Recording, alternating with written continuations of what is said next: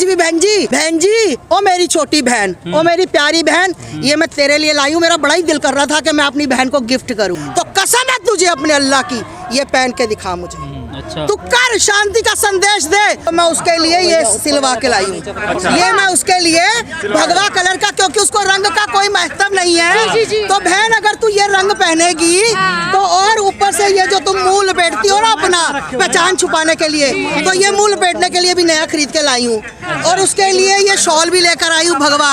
तो मैं कहना चाहती हूँ मेरी बहन से, अगर तुझे रंग में कोई दिक्कत नहीं है, तू सच में देश में एक अच्छा संदेश देना चाहती है, शांति का संदेश देना चाहती है, तो मेरी बहन तू ये पहन और ये शॉल ले, और फिर मुझे मजा आएगा कि हाँ भाई तुम तो बहुत शांति वाले हो, है ना। हिंसा तो हम लोगों ने फैला रखी है, तो ये बुर्का और ये ऊपर से जो पहचान छुपाते हैं, तो नकाब पहनते हैं, तो ये उनके लिए मैं लेकर आई हूँ। तो उन्होंने कहा कि मैं पिक्चर देखने जाऊंगी 25 बाउंसरों के साथ।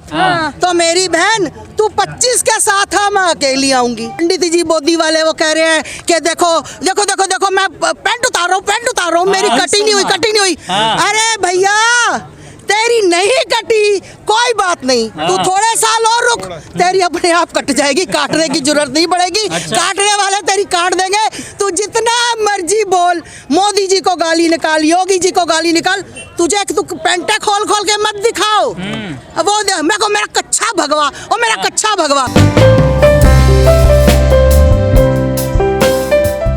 के भाई रंग किसी का नहीं होता, रंग किसी एक का नहीं होता, हर कोई रंग पहन सकता है। वो बेचारी मार्केट जाती है, संतरा लेकर आती है, संतरा छील के खाती है, संतरा, फिर बेचारी अभी वो क्या नाम था, हाँ एमर रिजवी, और फिर वो बेचारी जाती है मार्केट, वो फ्रूटी सी लेकर आती है ऑरेंज कलर की, ये देखो मैंने फ्रूटी पी।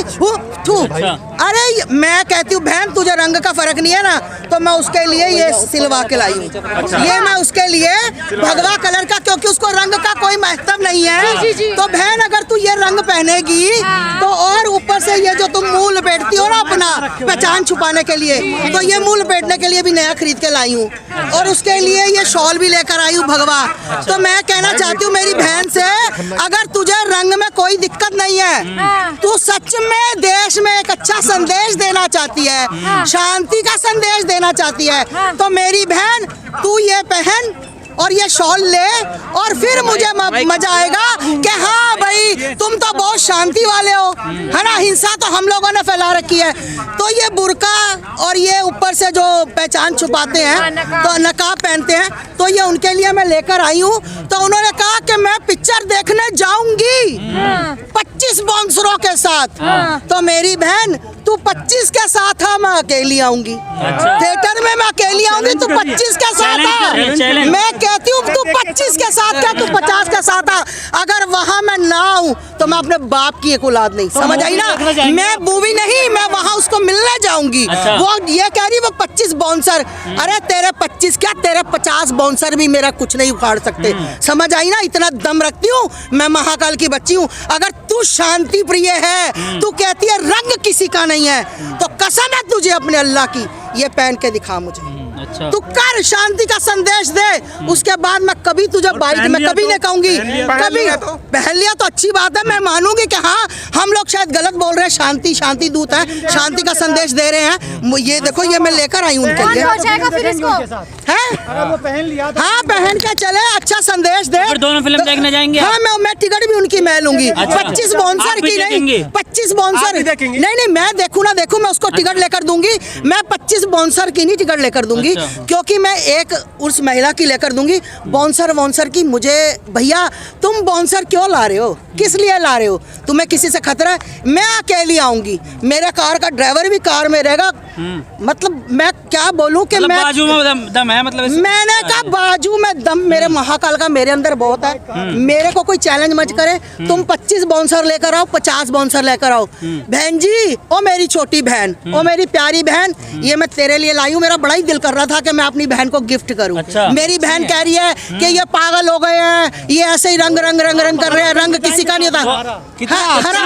तो मैं भैया मेरी बहन जब ये पहनेगी ना, तो मेरी आत्मा खुश होगी, मेरा दिल बहुत खुश होगा। इतने अच्छे हैं आप, है ना? तो वैसे ही बदनाम किया जाता है नहीं, आप मेरे को बदनाम देखो कितना करते मेरे को। और एक मेरा वो बच्चा है, वो पंडित जी बोदी वाले, वो कह रहे हैं कि देखो देखो देखो देखो मैं पैंट उतार रहा हूँ, मेरी कटी नहीं हुई। अरे भैया तेरी नहीं कटी, कोई बात नहीं, तू थोड़े साल और रुक, तेरी अपने आप कट जाएगी, काटने की जरूरत नहीं पड़ेगी। काटने वाले तेरी काट देंगे।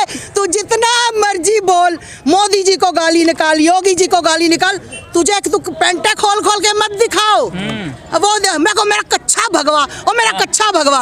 अरे फिर क्या हो गया, भगवा तो बहुत मुझे भगवे से दिक्कत नहीं है, मुझे उनके जो शब्द बोले उससे। आप देखो शूज भी भगवे हैं, हर चीज भगवा आजकल बन रही है, ऑरेंज कलर की बन रही है, मुझे दिक्कत नहीं है। कल को मेरा दिल करे मैं शूज खरीदूं, मेरा पायदान खरीदूं, कुछ भी खरीदूं, वो दिक्कत नहीं है। दिक्कत ये है कि तुम मतलब एक गंदी वाली भाषा बोलते हो, बेशरम रंग बोलते हो, फिर तुम बोलते हो कि ये हवाओं से हिलने वाला नहीं है। साले तुझे जड़ से उखाड़ दिया, हवाओं की तो दूरी छोड़ दो, है ना? तो मौसम बदल गया, देखो धूप निकली, सुहाना मौसम, और शाहरुख खान फेल। अब नजर, लेकिन बुर्ज खलीफा में तो ट्रेन मैं तो क्यों हरे में क्या दिक्कत है? हरे में क्या दिक्कत है? क्या दिक्कत है हरे में? मैं तो काला भी पहनती हूँ, हरा भी, नीला भी पहन लूंगी।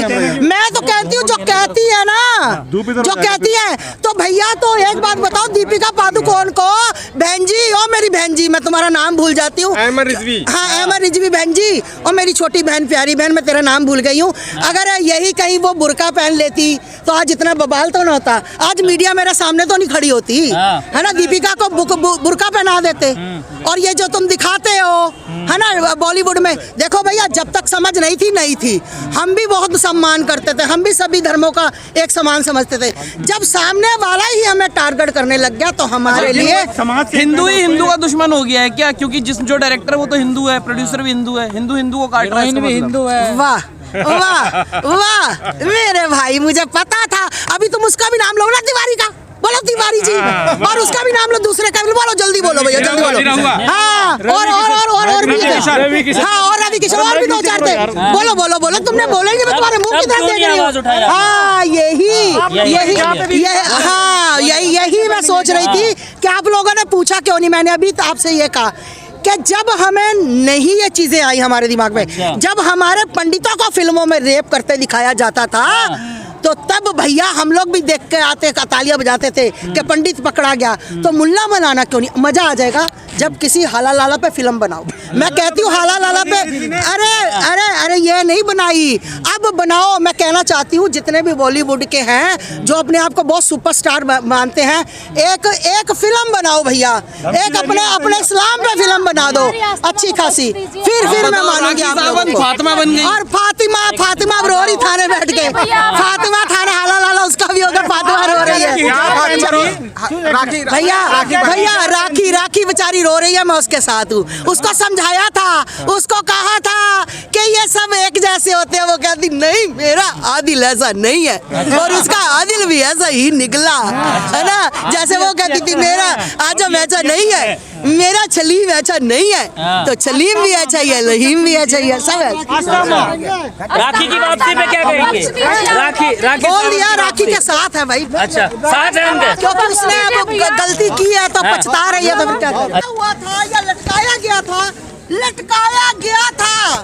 कोई मुझे अपनी टांग तोड़कर, मैं तोड़ती हूँ किसी की टांग, कोई भी बॉलीवुड का, कोई भी सीबीआई का, कोई भी बड़ा अधिकारी अगर बोलता है कि सुशांत हमने नहीं, कुछ गलत नहीं हुआ उसके साथ, वो खुद सुसाइड किया, तो मैं कहती हूँ भैया मैं तुम्हारी एक टांग तोड़ती हूँ, तुम्हारा एक घुटना, तुम्हारा पैर तोड़ती हूँ, थोड़ा सा तोड़ती हूँ, ज्यादा भी नहीं, तो तुम मुझे लटक के दिखा